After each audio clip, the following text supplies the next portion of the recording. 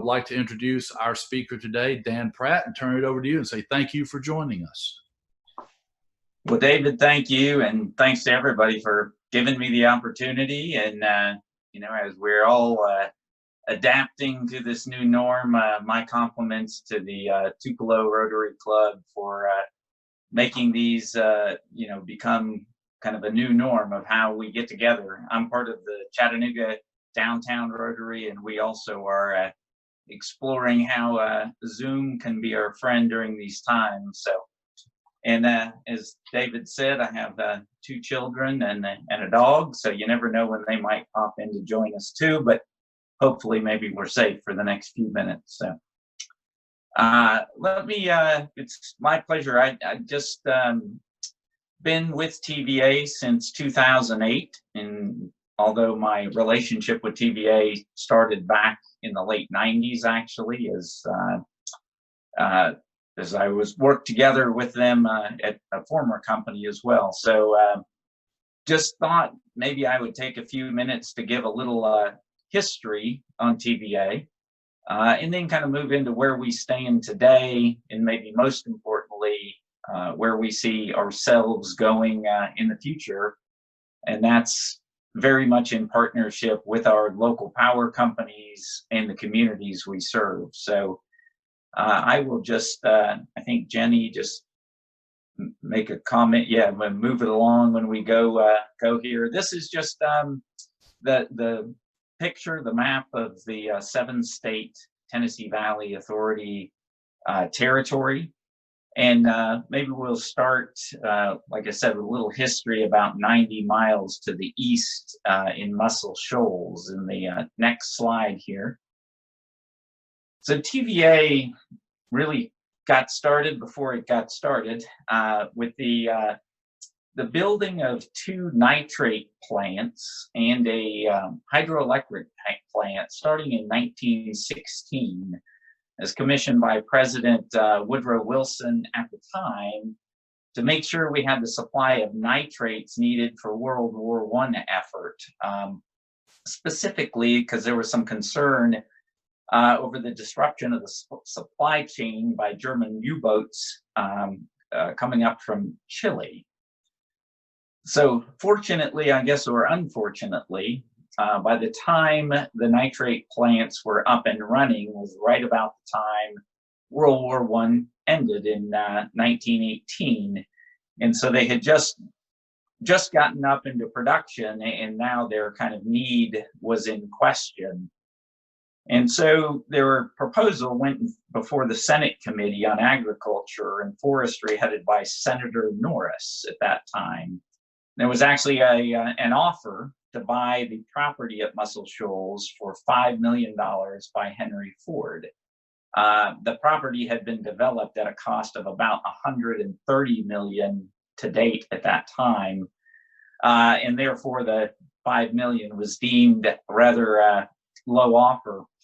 And the Senate deliberated on it to the point where Henry Ford actually pulled back his offer, and that didn't go forward. So if we go fast forward a bit on the next slide into the Great Depression. So Norris had been, after the Ford deal didn't go through, proposed using this for an opportunity to develop the impoverished area here. And so his Norris's bill wasn't passed immediately. Other entities such as Alabama Power worked to take control of the facilities in Muscle Shoals. And in 1929, the economic boom of 1920s came to an end, and the country entered the Great Depression, of course. Franklin Delano Roosevelt was also elected president of the United States in 1932. So go ahead, next slide here. Well, the nation endured hard times. It was especially difficult living in the Tennessee Valley. Primitive farming practices resulted in depleted nutrients in the soil, as well as soil erosion. It was common for half the valley population to be on relief. The per capita income of those in Tennessee Valley was half of the country as a whole, and the birth rate was 1/3 above the national average. Levels of literacy were low, and the labor force was largely unskilled. Go ahead and go to the next slide here. So therefore, in 1933, the political and economic climate, both nationally and regionally, was ripe for the creation of TVA. It truly was a perfect storm. Roosevelt quickly threw his support behind the Norris Plan as part of the New Deal program to revitalize the economy. In fact, Roosevelt's language is pretty visionary at the time. It's clear that the Muscle Shoals development is but a small part of the potential public usefulness of the entire Tennessee River. Such use, if envisioned in its entirety, transcends mere power development. It enters the wide fields of flood control, soil erosion, afforestation, elimination from agricultural use of marginal lands, and distribution and diversification of industry. He therefore suggested to Congress to create the Tennessee Valley Authority, a corporation clothed with the power of government, but possessed of the flexibility and initiative of a private enterprise. Go ahead and move forward here. And so now when you think of TVA, you probably think of us as primarily a power company. But when President Roosevelt signed the TVA Act, he intended for the electricity to be the means to a greater end. Explaining his rationale at a press conference in 1934, Roosevelt said, "Power is really a secondary matter. TVA is primarily intended to change and to improve the standards of living of the people of that valley." So the history there is rich, as is the founding of the Tupelo Rotary Club, I believe in around 1900 or so. But what hasn't changed really at all is the mission of TVA. So the mission is surrounded around what we call the 3 E's: energy, environment, and economic development. All proceeds, as I'll touch on later, do come from our sale of energy in order to meet the needs of safe, reliable, low-cost power, in addition to meeting the environmental needs of the valley, as well as creating economic prosperity in the area. So if you go forward one, and I'm happy to obviously answer any questions as we get to the end here. But power, so currently, we've come a long way, as they say, since 1933. TVA has over 260 plants, including 7 operating nuclear plants, coal sites, natural gas, and hydro throughout the region, 16,000 miles of transmission assets, and to meet our mission of, again, safe, low-cost, reliable power. You go forward one more here. Currently, well, one of the things we talk about quite a bit, and it's relevant to some other discussions that I'll touch on, such as some of you probably heard about the discussions ongoing with our largest customer, Memphis Light, Gas, and Water. But one of the things that is kind of fundamental to the strength and size of the Tennessee Valley public power model is our diversity. So the diversity of operating plants, nuclear, coal, natural gas, hydro, and renewable, that allow us to take advantage of the lowest cost fuel options or fuel mix, as well as having just a broad fleet to manage risk of all the different types that we might encounter here. So the fleet is around 30 gigawatts, 30,000 megawatts of power, serving 10 million people in the valley here. If you go to the next slide here. As I mentioned before, some I think are still of the understanding that TVA receives appropriations, which is not accurate, of course.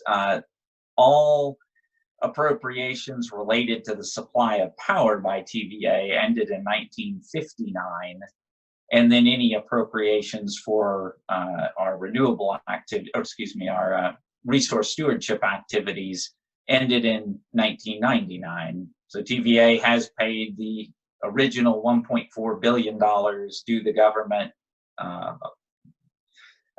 around the creation of TVA, with the additional $3.6 billion in total return. And so we are completely self-funded. We also pay payments in lieu of taxes to communities in the total of 5% of TVA's revenues every year. So approximately $500 million, or a little over, of TVA's about 10.5 or $11 billion in revenue each year. So specifically to the Mississippi area, if you go one further, you can see about $39 million of that pilot or payment in lieu of tax funds go directly into the Mississippi area. We enjoy the partnership with Tupelo Water and Light, as well as many other local power companies who distribute and work with us to partner to serve the communities in your area, in blue there in the map. So I'll move on here to kind of where we stand with our customers, and an update on the partnering with our local power companies and our communities. So move forward. So TVA is a generation in transmission, G&T primarily. As I mentioned, we generate 30 or peak capacity upwards of 35 gigawatts. And in fact, interestingly, as David alluded to the extreme temperatures at the moment, even giving these kind of unique times in lockdown, it turns out that we actually just entered into a conservative operations alert for the Valley, which just simply means that TVA's activities and those of our local power companies will be focused on sensitivity of operations and ensuring we do everything we can to keep the power flowing at the times of this high heat. So we're probably around 27,000 megawatts at the moment of load, given the heat throughout the Valley here. We distribute the power through our 154 local power companies, which I have to admit this slide needs to be updated, because very recently 2 of our local power companies did merge, and so there are technically 153 now. Together, we serve those 10 million people of the Tennessee Valley, approximately 700,000 businesses, which also includes 58 large industrial and federal installations that are served directly from TVA. And so I'll turn a little bit to kind of financial health and the relationship with our local power companies. So over the past 10 years, again, you may have read or heard about TVA's debt ceiling. So TVA is constrained with a maximum debt ceiling of $30 billion. And at one point in time, in around 2013, TVA was around $28 billion in total debt. And recognizing that we needed that to come down in order to create more financial health and, frankly, flexibility for the unknown. And so starting in 2013, working with our local power companies, we put together a strategic financial plan to lower that debt.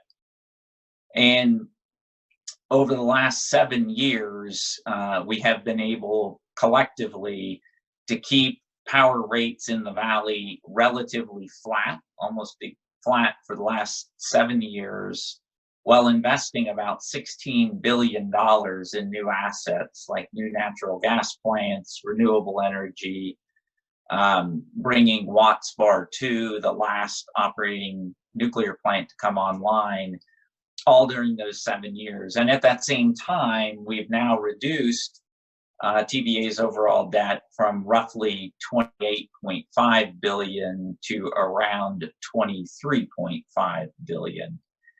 So all of that was done in partnership with our local power companies, and it really positioned us last year to be in a much healthier position. There were also some interests that our local power companies had to do a number of different things. One, of course, keep our focus on reliable power, low cost power, but there's an increasing interest, of course, with industries and even residential participation in renewable energy. And so historically, TVA had provided all generation for the valley. But as we recognize that times were changing, as they say, and local power companies such as Tupelo wanted to be more involved in that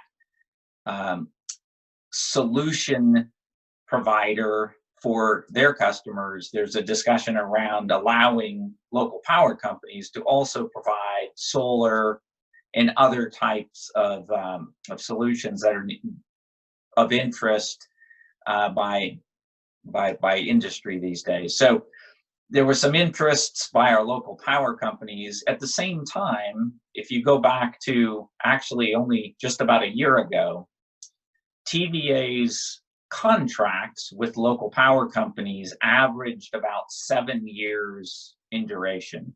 So you can imagine TVA was making multiple billion-dollar decisions that are 20, 30, 40-year decisions, and our average relationship tenure with our customers and partners was around 7 years. And so the long-term partnership proposal was approved by TVA's board in August of 2019, last year, which attempted to align the long-term interests and objectives between TVA and local power companies to really take a much longer view. So have our local power companies be much more involved in TVA's financial and asset planning, have our local power companies be more involved in delivering generation solutions as they're needed by their customers,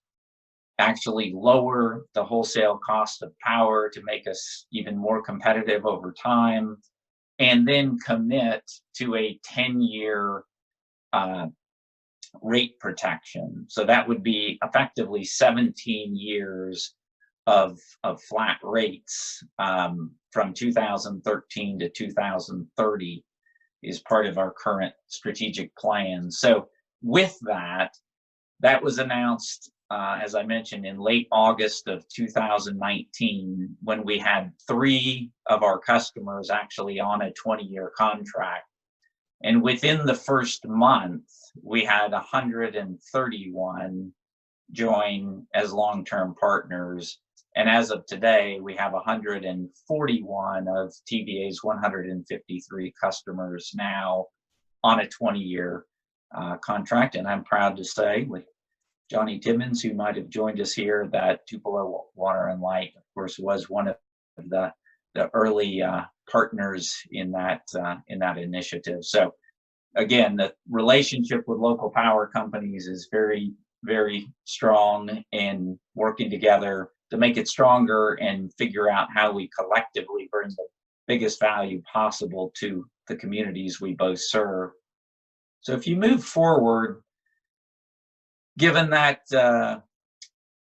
you're only 120 miles or so from Memphis, you have likely heard some of the ongoing discussion with our largest customer, Memphis Light Gas and Water. And I'll give you a little kind of overview of how that started and where that stands. This slide is a summary of a proposal we made to the city and to Memphis Light Gas and Water just last week. But I think what it really speaks to more than anything is that TVA in particular is not always the best tooting our own horn. I think that collectively with our local power company partners, we bring tremendous value to communities, and often that message doesn't get told. Or maybe said differently, there are certainly those who want to create a counter narrative to that, who might be more adept at getting a counter argument out. So TVA is being more proactive in advertising the benefit that we bring to the Valley, not just TVA, but the actual value of the Valley public power model that we all enjoy. So over 20 years, just that inherent value through payment in lieu of taxes, economic development benefits, et cetera, is upwards of $700 million. There's a unique relationship that we have with Memphis, where they actually own some of their own transmission assets. And in that, we would be willing to purchase those to provide them the needed funds to improve the reliability of their distribution system, and also help be part of that solution for improving the reliability of power within the Memphis region here. In addition, we recognize Memphis has some unique challenges like inner city community rejuvenation and economic development, and we want to be part of that solution. And then in addition, the benefits I just mentioned regarding the long-term partnership proposal over 20 years would actually provide a benefit to Memphis Light, Gas, and Water of about $750 million. So just know that that TVA values all of our local power companies, all of our customers, including Memphis Light, Gas, and Water, of course, and doing everything we can to keep them part of the mix here. I think there are some other special interest groups who are suggesting that that utility should leave and become a market participant in MISO, who is a large market of electricity. And they have done some studies and integrated resource plan and brought in a consultant to study that. And in essence, they have concluded that there's a lot of assumptions that need to be made and a lot of inherent risk. And if things went perfectly, possibly MLGW could save around 10%. TVA has looked at that same analysis and put what we believe to be more reasonable assumptions and some risk weighting, and actually view that we're probably around 20 to 25% lower than that option or other options. So again, collectively, we're proud of what we do, and we're proud of how we do it in partnership with our local power companies. So I'm optimistic that will remain a strong relationship in Memphis, that it should be, and more to come, but recognize that you will likely be reading some in the paper about this as it plays out as well. So let me quickly turn here to COVID, something we are all getting increasingly familiar with. So just as an interesting calendar event, at least in my mind, I'll never forget kind of the beginning of lockdown of COVID, because as I mentioned on the partnership agreement a minute ago, we actually had the first annual Valley Partner meeting in Nashville on March 11th and 12th, which was about the last time I was ever around more than my family, I think. So we had 150 people or so at Opryland, and we were fortunate because there was a lot of concern, of course, even then. But Friday the 13th of March was the day after, and I think that was about the time when everyone recognized it was need to kind of lock things down. So TVA, in partnership with local power companies, again, looked at how is this going to impact our businesses? How is it going to impact our local power companies? How is it going to impact TVA? How is it going to impact our communities? And what could we do to improve or help that situation? And so the first thing that was done, and this was really led by many of the local power companies, which was to suspend disconnects. So TVA is the regulator of the local power companies. We also we provided the support to local power companies to suspend disconnects during this time. And some are continuing to do that, and some have since resumed disconnects for lack of payment. But again, we, as an industry, came out very quickly to suspend, to give people assurance that their lights would stay on. Likewise, it was totally unprecedented, as we all know, and we really didn't understand what the financial implications would be to the capital markets. And as I mentioned, TVA and our collective balance sheet in the Valley is extremely strong. So TVA pledged $1 billion of available funding support if needed by any of our customers under what was called the Support and Stabilization Program. So that was primarily the idea of a safety net. No one knew where this was going, but let's use our collective financial strength to make sure that we're all together and able to meet this challenge. So after that, we looked at two different areas, our customers and our communities. And so at first, we looked at the creating a number of solutions that we coined back to business. So we wanted to look at whether it was the restaurants or the manufacturing industry. Is there anything in the way we price electricity that would prevent somebody from bringing their operations back as quickly as possible? Or is there things that we could do to encourage them, again, to resume operations for their benefit in the communities? And we put together a number of programs and pricing solutions in order to help end-use customers, like I said, called the Back to Business Credit, and doing that in combination with our local power companies.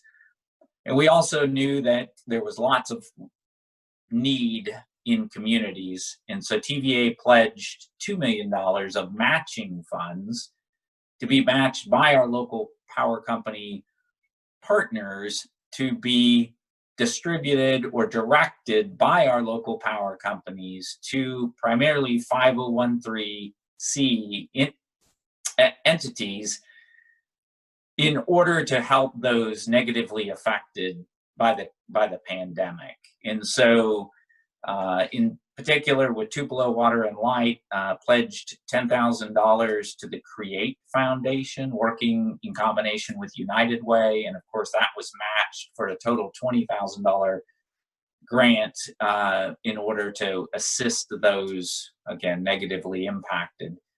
So we continue to look at how together we can access some of the different funds, or how we have funds available from the federal government, or how we might together influence the stimulus available funds, such as the LIHEAP or energy efficiency funding dollars, and even rural broadband federal grants that are currently being discussed at the moment. So again, with that, we're trying to look at a comprehensive approach, and thus far, we're continuing to monitor where we're at. And as this hopefully becomes clearer and clearer as time goes by, if there are additional solutions needed, then we'll work together to provide those. So go ahead and move forward. And I think I have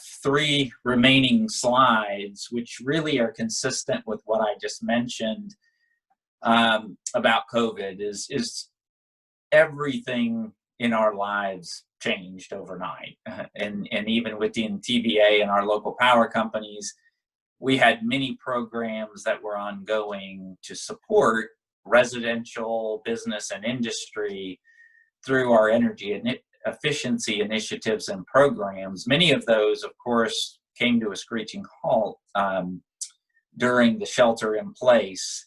But that team and the teams of our local power companies really used the opportunity to say, well, how do we do things differently in order to still create and provide that same value during these different times? And so you see a couple examples here. If you go to the next slide, you'll see the first together. We're the first to offer home energy audits, so actual virtual home energy evaluations that can help people who may have actually more time at home at the moment really understand kind of where their energy usage is coming from and how they might kind of rate relative to the norms and what actions they might take to further reduce their energy bill as they have the opportunity. And then lastly, a program that is probably one of our flagships is the Home Uplift Program, where TVA matches funds, again, with local power companies, and a lot of federal stimulus funding coming in this area to help those that really are in the most need increase their efficiency of their homes. And this isn't just measured by reducing a bill 10%. I think some of the stories we hear from this are quite more heartening in that people that literally have shut off 50% of their home and only live in a small part of their home because of their concern with the cost have now been able to kind of enjoy their full homes as they're able to get this support and investment that allow them the quality of life through either cleaner air in their home or lower cost heating and cooling throughout the year. So I think that will wrap it up. I know how Rotary also works, and as far as keeping punctual, and I don't want to be the one to run us over. So again, hopefully little history on TVA that I'm sure some of you are familiar with. Where we're at now, I think in very, very good financial shape, and also with our partnership with local power companies to provide improve the quality of life in our communities. And I am happy to take any questions. Hello, this is Cathy McMurray. I had a question. Are there any plans to repurpose the closed steam plants on the Tennessee River and the Muscle Shoals area? Hi, Cathy. Good to Hi. see you. Yeah, let me. Well, one of the people, by the way, I work very closely with is your chairman, David, and I appreciate his involvement in everything we do. So if I don't get this fully answered, we'll make sure we get you a better answer. But in all cases like that, typically we're always looking at any retired plant as an opportunity for a higher and better use. And so I think the Muscle Shoals facility, I'm not so sure that they would be looked at to be put back into service, but my understanding would be that we would be looking for that type of redevelopment of the area, and to see if that could be used for an economic development purpose or some other use. So, and again, David, if we need to follow up on more detail, we're happy to, Cathy. So I'm not totally familiar with all the specifics or timing on that. Thank you.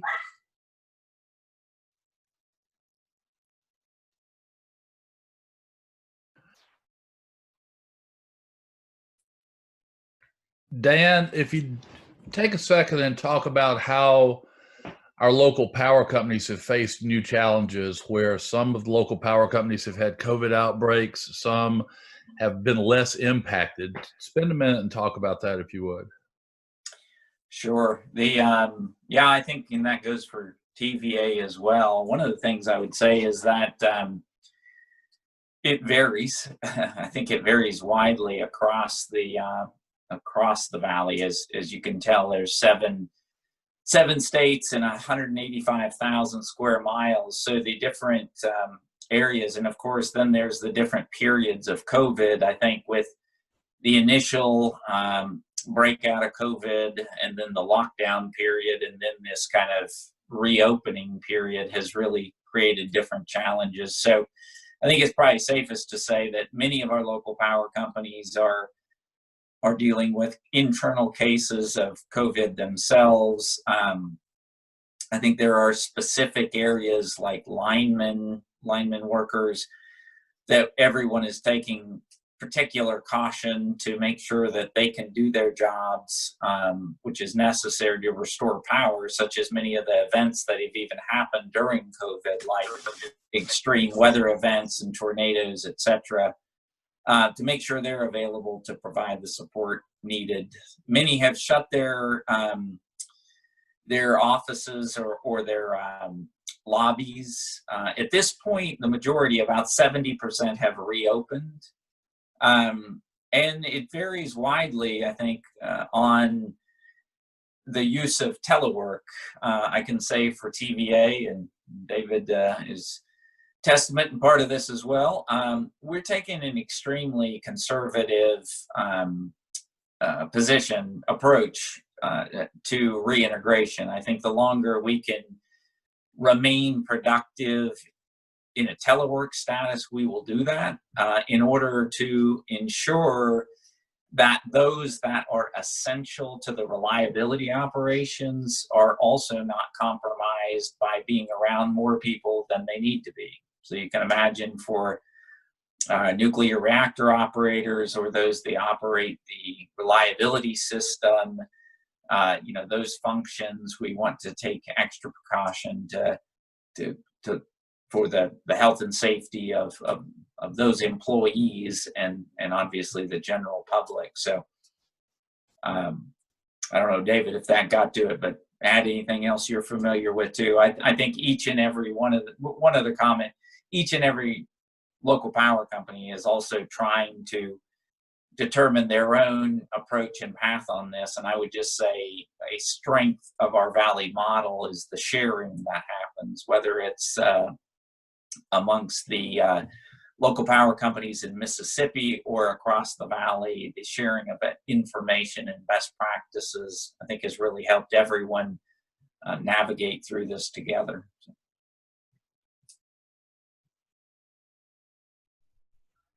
All right, any more questions for Dan? Dan, quick question. This is Jenny Jones. What are some of the ways that TVA has worked to keep the rates low for customers? Oh, that's great. Yeah, so I mentioned in the period where we had really addressed our financial health or significantly improved it from the 2013 to 2020 time. Some of the facts and figures I didn't throw out there.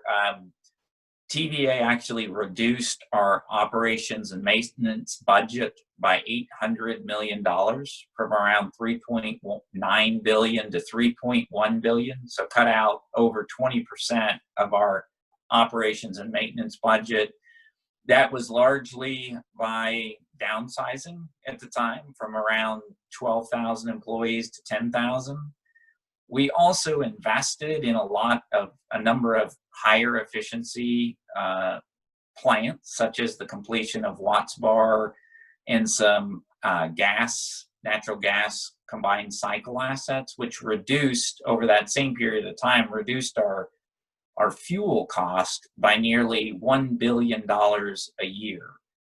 So the combination of that $1.8 billion in savings, at the same time we were investing a lot in those assets, really got us to where we could kind of keep our rates flat through that period, and now be able to project keeping rates at our wholesale costs flat for the next decade. So appreciate the opportunity to go into some of those details. There was a lot of costs taken out of the company, and there's a continuous look at that. So if you can imagine a flat O&M for 17 years actually means you're removing about 3% of cost per year just to overcome typical inflation and escalation. So considerable work was done to take a lot of cost out. And as you can imagine, I think or hope that you would agree, 17 years of flat pricing would be pretty unprecedented in the industry. And at the same time, and maybe most importantly, with the dollars that we're spending, how do we make them create the most value possible? So that's just beyond simply keeping the lights on, which is our primary focus, but how do we provide value through some of these other programs and services that are of interest in the community? So thanks for the question. Any other questions? Okay, well, some housekeeping. Go ahead, please. I have a question, Dan. I've lost you a couple of times. If you've said anything about the builders program, are all builders eligible for that, or is it limited in any way, and is the type of construction limited anyway, like low income housing and things like that? Yeah, typically TVA works through a qualified contractors network, and there are certain specifics, as far as the eligibility of the participant and the contractor in those programs. And I know Mr. Sparks can give you all the additional details on that if needed. Yeah, Ron, we can follow up. It's been a great program for us because not only do we invest in something that is important, which is affordable housing, we also invest in economic development through our incentives on new homes. In Mississippi, we'll have a story coming out in the next couple of months about a low-income builder who has really jumped on this program to build low-income sustainable homes. And Dan, something I will share with you later, but it really has been a big success for us. And more importantly, it's something our local power companies really enjoy because it gives them a great interaction point with their customers. So good question. And we'll follow up on that after the call. Any other questions for Dan? Okay, a couple of housekeeping things that I neglected, and I'm sorry this is my first meeting, so forgive me. We'll get better. I had a quick message from somebody that they liked my picture better than me. It's of my wife, so I'll see what I can do about that. Her screen picture is a lot better than mine. But I wanted to take a minute for the club and introduce and remind everybody who our new officers are for the year. And I think we're really fortunate to have a strong group of leaders. We have Robbie Parham, who's our vice president. Really excited about that. Robbie is over programs. We have Bill Dickerson, who is our treasurer this year. We have Carol Ferris Upton, who is our secretary. They are all rotating in July. And then our board is made up of Amanda Angle, Judd Jernigan, Harold Plunkett, and Shelley Key Russell. So if you have comments or questions, remember there's a board meeting in Tupelo tomorrow night. We also have Zell Long, who is a board member and community liaison specialist for the club. We're excited to have Zell in that position. Of course, we have Jenny Jones and Janice Trawick, who are there constantly, who support us as our executive secretary and treasury. But I really wanted to take a second. The reason I bring this all up is to say thank you publicly to Ron Ashby, who is our past president. Ron did a fantastic job last year, ended strong, even though we were in kind of a new environment with COVID. I appreciate Ron, his leadership, his vision, set the tone for the club, and our goal is to continue that mission forward this year. So if there are opportunities for us to serve better, please let us know. We want to remember the reason we all joined the club again, and that is to make the community better and to serve our fellow man. And I think we're going to have an opportunity to do that both remotely and hopefully in person as the year progresses. I wanted to thank Tom Wilson from Memphis, special guest, glad you're here. Also Gary Carter from Memphis, appreciate you guys joining us from the Memphis clubs. Diana Mobley from Oxford, really appreciate you joining. Are there any other Rotary clubs that I did not recognize or see on the list who joined us today? Well, we appreciate y'all joining us. We have some TVA guests. Thank you for joining us. And really look forward to a great year. And with that, I would ask if there's anything we need to talk about for the betterment of the club before we dismiss. Okay. With that, we are dismissed. Everybody's Rotary motto: service above self. Profits most. Who serves best. And wait, one thing, don't go. Next week's speaker, we have the Pirate. There's a ship off the coast of Mississippi. We have Mississippi State football coach Mike Leach. He will be boarding us, and I'm sure there'll be a few pirate tales and adventures to be had with him. We're really looking forward to it. As an Ole Miss guy, I'm really looking forward to this meeting because I know it'll be unpredictable. So everybody who's a guest, we will invite you back. Dan, we'd love for you to be here for the Pirate and see what Coach Leach has to say about Mississippi State and other matters. Could be a fun one. Thank you, Dan, for joining us. We appreciate everything. And everybody have a safe week. Thank you. David, next week, every question needs to start with R. And a yo-ho-ho, right? Oh, yeah, exactly. I think it should be a requirement. I am holding my breath, hoping that he makes it. Okie doke. See you then. All right. Have a great week, everybody. Thank you.